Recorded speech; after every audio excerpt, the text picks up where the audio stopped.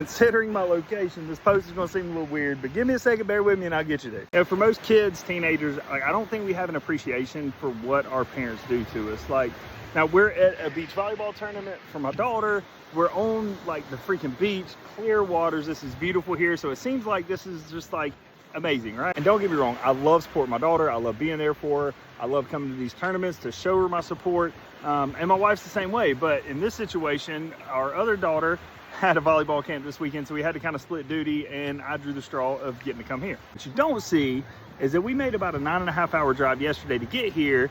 We're sitting here on the beach in the sun all day at this tournament, and we're making about a 9.5-hour drive home after this. Spending my time driving like that much over a 2-day stretch, something I want to do? Absolutely not. But like, I do want to support my daughter because I love her and I care for her, and I want to know that like her entire family's got her back. But this kind of reminds me of something that I went through with my dad in high school. See, like as kids and as we're growing up, we almost think it's like our parents' obligation to do that for us. And it's just like what they want doesn't matter. And they're just going to do whatever they can to make us happy. And then generally, like if you've got a great parent, they're usually going to try to do whatever they can to make you happy. But I don't think kids appreciate the sacrifices and the things they go through to do that. I was coming out of high school, going into college. I had an opportunity to go kind of audition for a scholarship. College was interested in me, but they wanted me to come up and play in a wooden bat game with them, see how it goes before they made me like an offer on a scholarship.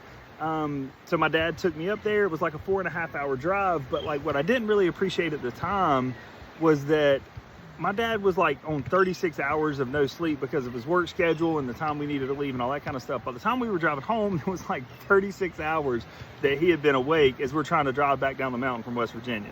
Actually ended up being a pretty cool bonding experience for us because like I was on like 24 hours no sleep. He's on 36, so we're trying to take shifts driving.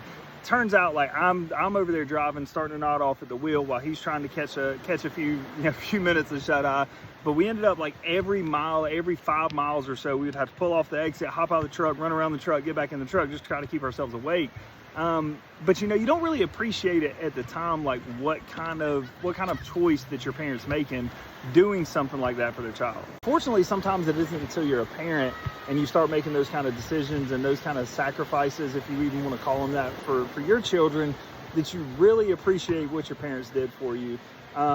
So like going back to that trip and just thinking about the like torture that my dad was under, being 36 hours no sleep, trying to drive back down the mountain after sitting there watching me play baseball all day just to give me the opportunity to earn a scholarship, which I did, by the way. Not that that's neither here nor there. But yeah, like it's just, it gives you a different appreciation for like the kind of things parents do once you become a parent.